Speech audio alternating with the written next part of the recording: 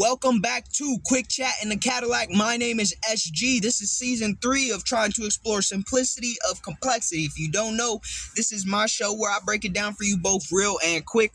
Both of them. Let's get to it. Now, season 3 is available on YouTube, TikTok, and Instagram. But if you want to watch full-length episodes with title, series, and episode number, go to SG space Bubba space K on YouTube. When you go there, you'll see in my playlist all 3 seasons of Quick Chat in the Cadillac. And you could watch through every single one of them videos and get your life right, bitch. Today, we're tackling a topic that may seem counterproductive to my whole thesis out here, trying to get to where you're going as fast as you can. But in order to do so, my nigga, you have to pace yourself. You have to pace yourself. So today, we're talking about pace and what that looks like. But before we even begin our discussion, I want to do an exercise with you. So when we're talking about pace, we're talking about the pace of your life and what that looks like, okay, and what the most efficient pace for you will be, because there's a point between being lazy and burnout that's magical, that will take you as far as you can go, as fast as you can do it, but too far in either direction is going to slow you down or hinder your progress. So let's talk about pace. So the exercise we're going to do is talk about how many things we're trying to grow in our life actively that we work towards almost every single day. If not, let's do this. Let's do every single week. Every single week, things that you are attempting to work further towards in your life. Okay, I'm going to say mine out loud. You can say yours out loud and follow through with me, but I'm going to do mine. And then if you want to keep yours to yourself, that's fine too. Shit, put them in the comments if you want. All right, so first things for me. Just moved to a new apartment. Just starting to jump into a crazy leadership role where I work. Also working on music, also working on content, also working on a relationship, also working on building a new life in its entirety, and working on the relationships with my family. That is 7 fucking things on my plate. Okay, and I'm not saying that to be like, oh, if you have less than 7, you're fucking up, or oh, if you have more than 10, damn, you're doing amazing. No, if you have more than 2 things to focus on right now that you are actively trying to achieve in terms of your long-term goals and things that you want for yourself in this life, then you need to work on pace. And this is what I'm going to tell you. If you're an ambitious and driven and, dedicated and disciplined individual who wants to do better for themselves, because honestly, that list could go on. I got more than 7 fucking things I'm working on at a time. But if that list is more than 2, you need to pace yourself, because you have to understand, especially if you're anything over 4 things that you're working on, if you're anywhere over that, you have to balance your life.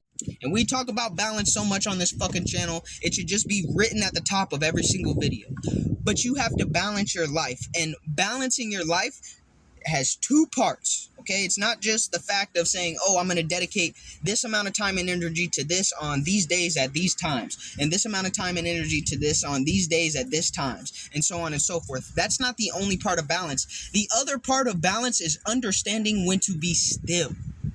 Wait, be still. Actually, Bubba K, we always grinding. I'm always trying to get this paper. I'm always trying to get this notoriety. I'm always trying to get my family to the next level and get my legacy right. Yes, I understand, but without being still, you can't see where to go, right? If you running full speed, sprinting, at some point you're going to get tired. Your vision is going to get blurry. You're going to get sweat and shit in your eyes and fucking bugs flying by.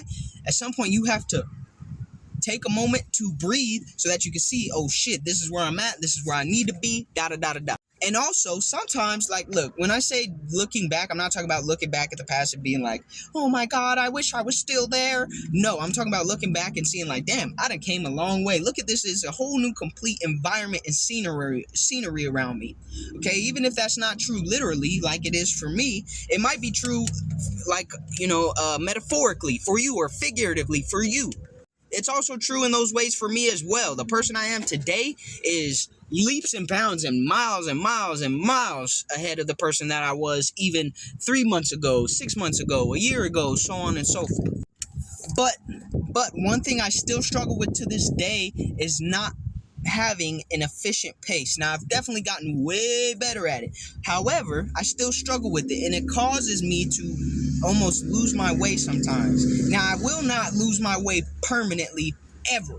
period, end of discussion. But I could definitely be more efficient in how I'm pacing myself. So the 2 steps of balance is, 1, actually setting aside a plan, a strategy to take action in a balanced manner towards the things that you want for yourself, that you desire for yourself and for your family or for your legacy or whatever the case.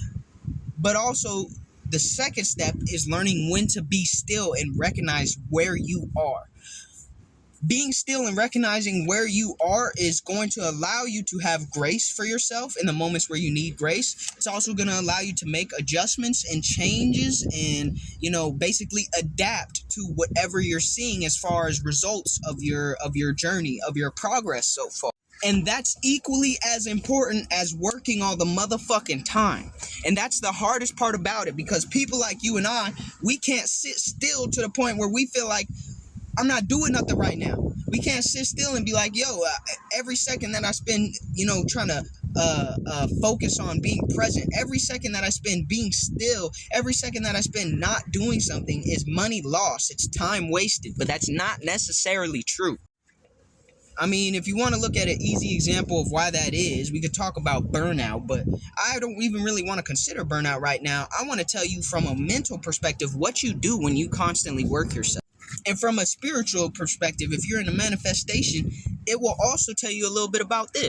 See, because when you're constantly working, your mental state is telling you that you are not valuable, even if you're working towards things that don't immediately generate income, but you're constantly working.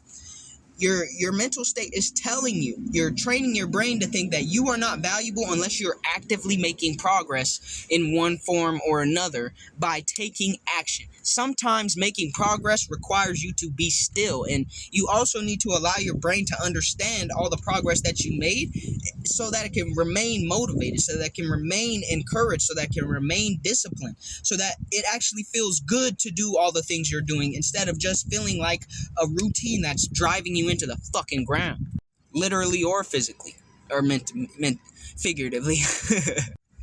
But from a spiritual aspect, if you are always constantly working to the point where you feel like I'm not being valuable if I am not doing something to make active progress in my life, you are telling yourself that you are not worthy of rest. Okay, you're telling the universe you're not worthy of rest, that you always need to have something to do, and that isn't true either. At least not in a grand scheme or a very specific way, I would say, because there are moments in your life where you do need to rest. You do need to be present. You do need to be still. You do need to appreciate what you have and what you have worked for already before you get to go on to whatever's next for you. And the hardest part about getting to a new level, when you get to that new level, your first thought is, oh shit, now that we're here, I got to get moving and shaking. I got to, I had so many plans for this new level that I got to get taken care of. So I'm going to do this and this and this and boom, boom, boom. I'm going to be here and that's my plan and I got to go by. Like, no, bro. Sometimes you get to the new level and for a moment you just need to be like, damn, I'm at the new level. Oh shit, I knew I deserved to be here. It just took me a minute to get here. But now that I'm here, I can be present and I can enjoy it. And that's something that a lot of people take way too for granted. Now, on the flip side, you also don't want to be the person who gets there to the new level and is like, oh shit, now I can slow down. Obviously, that's not a good pace either. When you get to the halfway point in the marathon, do you think that people are thinking, okay, now that I'm halfway, I'm running, I'm in first, I'm just going to slow way the fuck down and stride it out from here. That's how you get beat by a surprise Kenyan in the last quarter mile or whatever the fuck, like we seen in that other video.